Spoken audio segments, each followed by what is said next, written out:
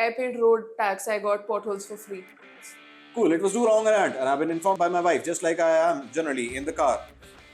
Hi everyone, welcome to the Patriot Pie podcast, where we present our views on the raging issues, from geopolitics to culture and everything in between. So let's get into today's topic.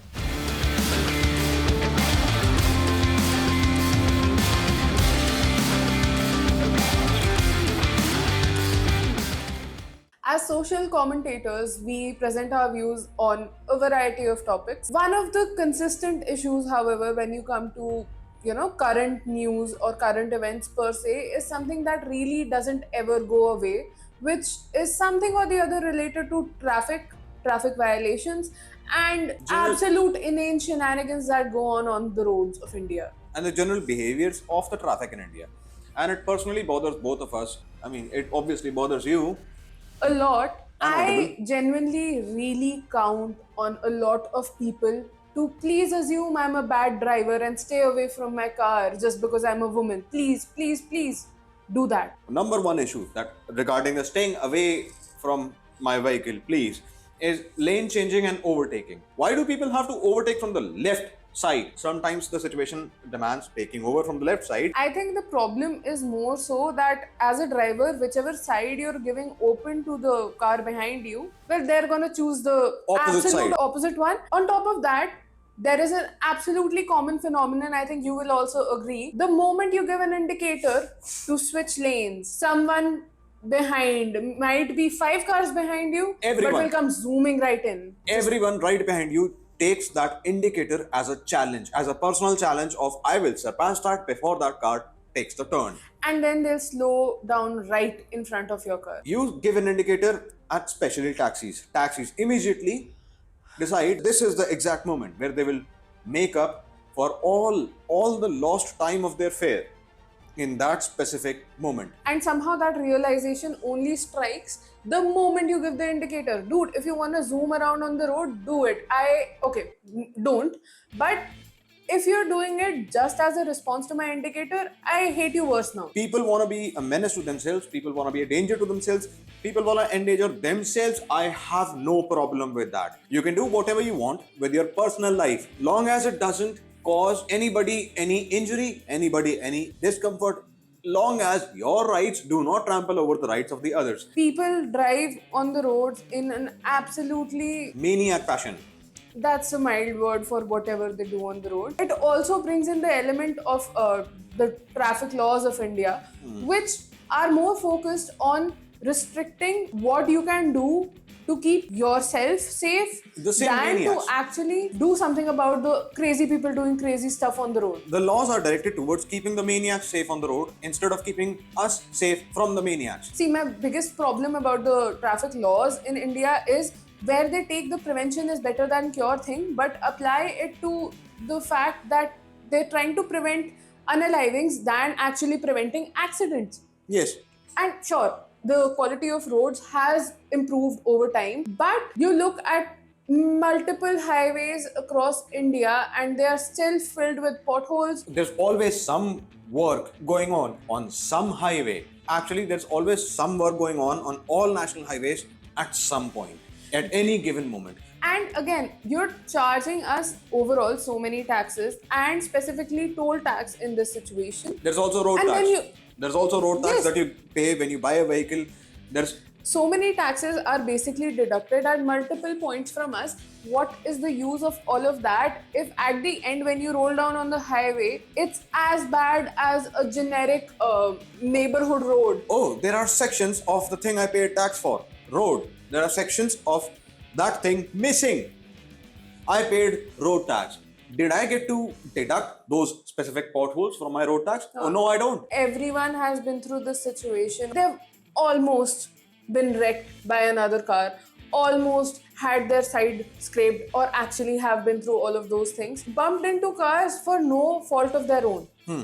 Or situations where bus drivers, especially public transport buses, really do not care, does not look at the sides, do not see the traffic as traffic, they just see them as ants that will scatter when you move. The sticker on the back of the bus says, I am in my lane, are you? And then mostly Never in the lane. And in fact, they're mostly not even a single lane. That's another problem I have with traffic in India. The problem of not driving in a singular lane. The assumption that those white little lines on the road are just there for decoration. Which really makes me wonder, as much as we as a nation whine about the fact that there are so many traffic accidents and that's a leading cause of unalivings in India, why are we just willy-nilly handing out driving licenses to people? Driving licenses to people who can pay. Either you pass a test or you can pay. As much as we like to, live in the bit of a dreamland where we're like, that sort of corruption doesn't happen anymore. Yeah. Yes, it is much better. Yes, it has reduced much. Over time, these infrastructural things do get better, but it still needs to improve a whole bunch more. This corruption, especially, needs to stop. If we want road safety, it comes from the people. It comes from two main things actually, from the road and the people using the road. If the roads aren't safe, if they're not structurally sound, there's not going to be any road safety. If the people are not using the roads well, there's not going to be any road safety. No, about the roads as well, the structurally sound bit also really makes me ponder over this one other thing. If they're not planned in a proper fashion, how many times does it happen that even on a national highway, they'll suddenly close down this one car and you're just, you're going on a long road trip for no reason.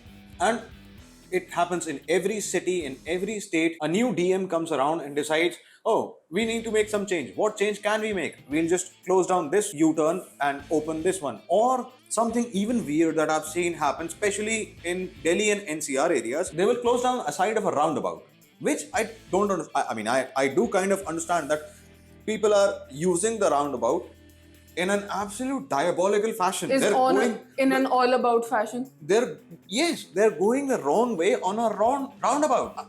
I don't know, how do you come up with such? I think you're really at a loss for words. I am at a loss for words. But the solution of the government is generally to close down that roundabout and make that a circular straight road. Which, I mean, how about you just have two policemen standing there?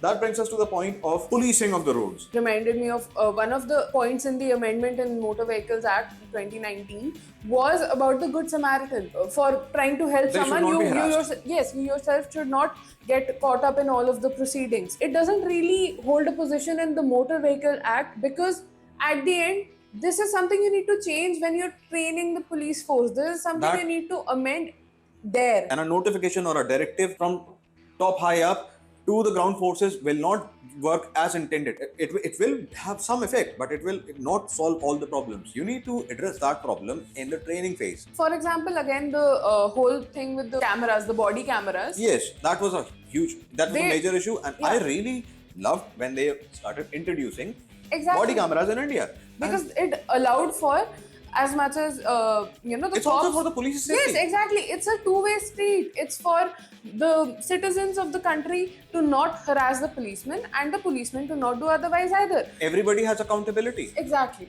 And somehow the cops were like, we just don't know how to operate this. It's a twofold issue for me here. First off, a big waste of our tax money. Yes.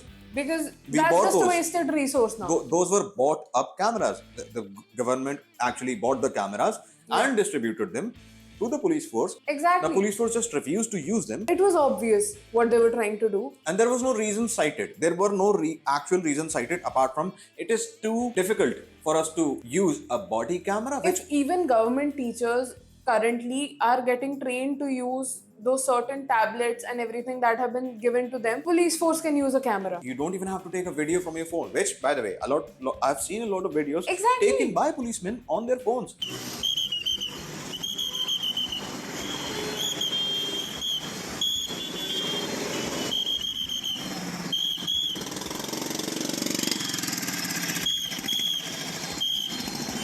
Hey, if you're willing to do that, how about just have a clip-on body camera that you don't even have to press the button for? The funniest thing is, the accountability would have been both-sided. Then nobody can come up and say, do you know who my dad is? Do you know who I am? All that stuff. Policemen wouldn't have to deal with those rowdy individuals trying to flaunt whatever power they have, whoever they know. I might even say that it's much more for the safety of the policemen. I have a lot of respect for the profession of policing because you have to deal with a whole bunch of things and you have to work in this heat. You have to stand outside. There's a lot of things that go into policing. You have to deal with a whole bunch of crazy. Having a thing that records your interactions and the other person's interactions with you is just making things easy. That's just common sense. You could say I have a little bit of a problem with this lack of policy, or you could say I have a problem, we both have a problem with the policy being skewed towards the safety of the maniac on the road. A combination of over-governance and lack of it. We have regulations regarding seat belts. We have regulations regarding helmets. And by the way, I have nothing against it. I have no problem regarding seat belts and helmets. My problem is when the regulation is much more focused on that than on the current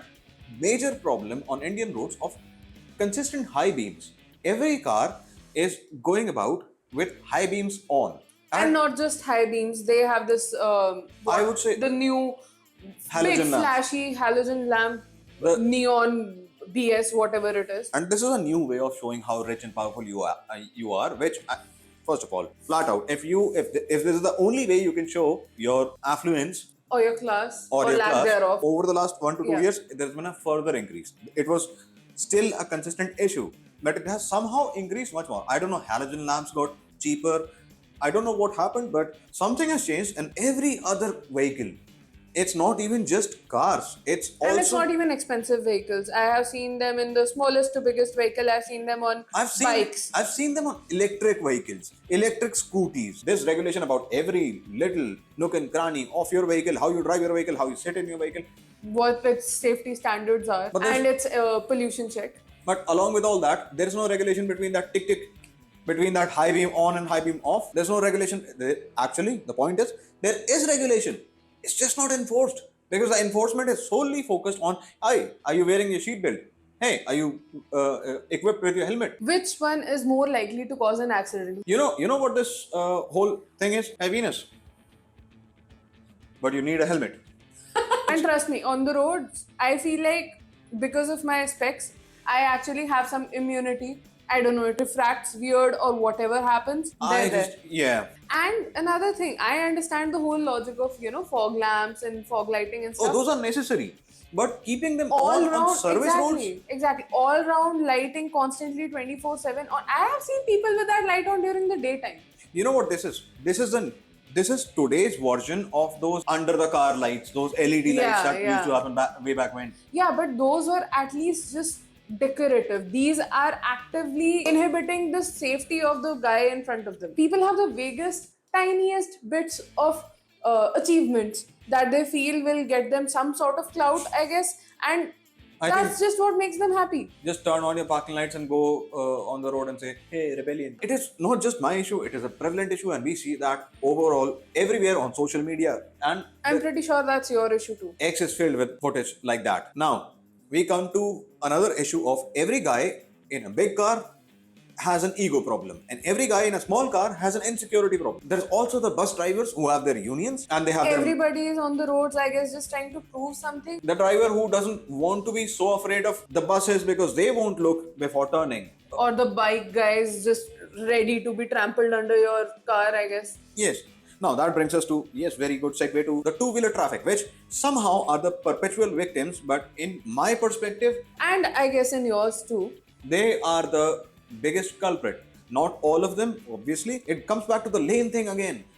The number one thing with two-wheelers is they do not have a specified lane, and even when in the rare scenario, in the rare scenario when they're going in a singular lane, I don't know what they're doing with shimmying their vehicle in a single lane. See, the biggest problem I feel with the two-wheeler traffic is they see a gap, they're gonna get in there. Yes. No matter if they're actually fit, there have been so many times in their attempt of trying to shimmy into a tiny little gap, they actually leave the moving lane of theirs. There's a whole bunch of footage available showing all of these points. This is such a prevalent issue that is just a common thing now, and complaining about it seems like you're just nitpicking because it's so common. As per the stats, India is one of the highest ranking countries when it comes to accidents and unalivings related to road accidents. It is one of the highest ranking countries in road and traffic related fatalities. There's much less safety and security for a two-wheeler, for a person using a two-wheeler, and they have no regard for their own safety as well as no regard for anybody else's safety as well.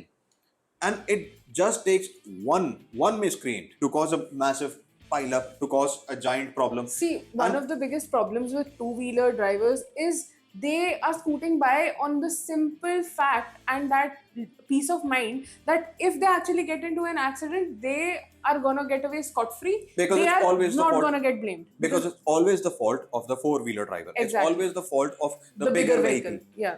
Which I also don't agree with. Even if it's the bus driver, innocent until proven guilty is there for a reason. I don't want to say that a bus driver is always wrong. No, whoever is wrong is wrong. If Yeah, you but I don't want that headless mob to just grab the person in the bigger vehicle and beat them up or worse. Because that happens a lot. How many times have we also heard of news that a bus driver was unalived because of a headless mob? the false sense of security created by this mentality that when you get into an accident, if you get into an accident with a car or a four-wheeler, the fault will inevitably be of the four-wheeler regardless of what your actions were. This ignores the safety of what if it's a high-speed accident? What if Not, yeah, that's what I mean. People on two-wheelers are ready to gamble their life and the just for that. What are you gonna get out of overtaking, rash driving, going? and the life of their family. Enforcement of Yes. anti-tripling regulations, the enforcement of challan over four-wheelers and bigger vehicles, it's overloading. Well, overloading on two-wheelers, it's much more dangerous. Exactly, because it's very easy to lose balance. Yes, And a vehicle. especially if you've seen this way most two-wheeler drivers ride their whatever vehicle it is, they're barely able to keep balance with one themselves on it. We have seen many instances where a two-wheeler is carrying the whole family and driving in a rash, unsafe fashion. Where you slow down your vehicle, you move away from that lane, you make sure to keep distance Exactly. away from that family, because Hazard on two wheels. a fight at home should not translate into rash driving on the roads. Don't bring your anguish to the streets. Doesn't matter what your mood is, don't bring it to the freaking road because, well, just don't. Well, just don't. That should be the motto. People having a breakup or having a heartache or whatever is going on with their personal lives, and then deciding that the best way to relax, I guess, I don't know, to blow off some steam is to go 3 times the speed limit, maximum what their car will allow, while But- they're not able to control their vehicle at the normal speed. They're not able to Exactly. control their vehicle at 60. They're the same drivers who go shoo, shoo, shoo, shoo. Yes. But they'll do it in a worse fashion for some reason. My simple logic is if you're angry, don't get on the road. If you're Hey, how sad, about- don't get on the road. If this is what you're gonna do. Hey, if you're angry, go punch walls. I don't know. If it doesn't dissipate your anger, keep on it. Don't get on the road. Yeah, don't put someone else's life at risk because you are a person who just cannot Handle cope. your emotions. Yeah. Cope. Now that brings us to the worst of them all. Auto-rickshaws and e-rickshaws. Auto-rickshaws were bad already. We didn't need e-rickshaws. Sure, they're a convenience. They're very useful. They for come when with you're- their pros, Yeah. but For when you're a pedestrian, when you need public transport, auto-rickshaws and e-rickshaws are very useful. and especially for like metro connectivity, etc., Yes. etc. And I'm still feeling unsafe sitting in an e-rickshaw because they just don't really, they absolutely do not give a flying As much as auto rickshaw drivers were already a little lax on the driving license, right now most e-rickshaw drivers will get the e-rickshaw in their name, and then you'll find that 15-year-old kid driving it. Yes. So, And that's and generous. there is no crackdown on that. That's generous saying 15-year-old. Yeah, I was gonna say 12. I don't care if they're hanging upside down as Which long as they drive almost okay. are. They almost are hanging upside down. E-rickshaw gymnastics. And every passenger also has to do the same. Because they need to, for some reason, fill up their little tiny cart. If they could get away with you, I guess Spider-Man hanging off of the sides, they'd do that. E-rickshaws will do that not just with the passengers, they'll do that with goods, they'll do that with anything they're transporting. Meanwhile, you are legally allowed to take 7 days to produce your documentation if Your called license. upon. Like, for example, on a random crossing, if you're stopped by a police officer, a traffic cop, and asked to produce your insurance License. papers, registration, driving license, Most whatever. commonly it's the license issue. So whatever it is, you are legally allowed to take 7 days to produce that. Try telling that to a cop. It really gets encouraged because simply there is a fact that most people do not know when they brought out the amendment in the Motor Vehicles Act in There's no 2019. awareness. No one mostly went and read what the amendment was about. There is a reason why cops are scared about messing with lawyers. because they actually are aware of their rights and laws, and that's something I Or feel at that least they should be. every single citizen should be aware of what they are legally obligated to do or not do and what their rights are. And if you're not, because that is how cops get away with doing that sort of stuff, because people don't know about it. It's, and I'm not blaming cops here, any people in any institution, be it policemen, teachers, a generic government office, any private job, if there is a modicum of power and the person is morally It corrupt, is human nature it to. is human nature. Look at the Stanford prison experiment. A very good example cited here. TLDR of Stanford Prison Experiment. Stanford prison experiment was basically they took two groups of students, made one convicts and one policeman essentially, and made a prison-like structure. It was a simulation. What they did there was, first off, they did not reveal their objective of the study, which came later, and it really shows to the limits that human nature and humans can be pushed. What happened there was harrowing, to say in the least. Same phenomenon that was seen in the Nuremberg trials. Exactly.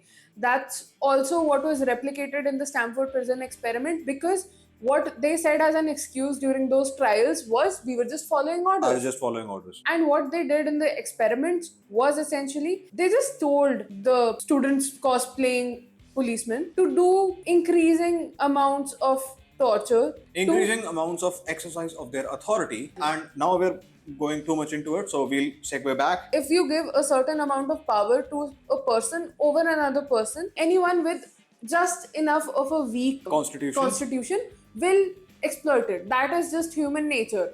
But what, knowingly or unknowingly, sometimes for a good cause, Exactly. sometimes perception, and all of this stuff plays a role. Our point is not to change the human nature. Our perspective is just nobody should be given absolute authority, and the body cam thing would Exactly. have helped in that a whole bunch. that's what I mean. Both To- the sides of the argument would be able to be presented. the problem is not the human nature and what it entails. The problem is not doing what we can do to actually Ensure accountability. Yeah, to actually curtail what might be obvious. You put body cams, necessary. You, as a citizen, be aware of your rights. And what you're supposed to do or not do in a certain situation. That's your duty. So do that. If you're not doing that, you can't exactly blame the system is this way and we're just living with it. You're the change, be the change. In the traffic situation in India, we kind of forget that it is not just about the driving and the vehicles and whatnot. Pedestrian traffic is a big issue, and the biggest problem is there are actually laws and rules that apply for that situation, but there's no public awareness. Nobody knows about it. Exactly. And that's why we just flout those constantly, because the common man does not even know that's something they're doing For example, wrong. For example, jaywalking. That's one of the biggest things that actually cause most Indians to get fines when they go abroad to any country, because they have actual stringent jaywalking crackdowns. They actually apply those and implement those laws, and that's why when Indians go out, they realize, oh, we just can't cross the road wherever the frickin' frack we want to. That is jaywalking. Pedestrians also have rules they should follow. For example, you're only allowed to cross a road at a zebra crossing. Everybody should have. And this is something that everyone knows. Yeah, I think it's taught in school, It is, right? it So is. you can't actually blame lack of public awareness. It is just, it's convenient to just jump off this divider, just go there and go here, just and run just walk across the diagonal. road. Yeah, just diagonal. And I'd say actually the ones who run across the road I are, actually respect them. yeah, because they're marginally better than the ones who just At least you're running. Yeah. I have seen so many.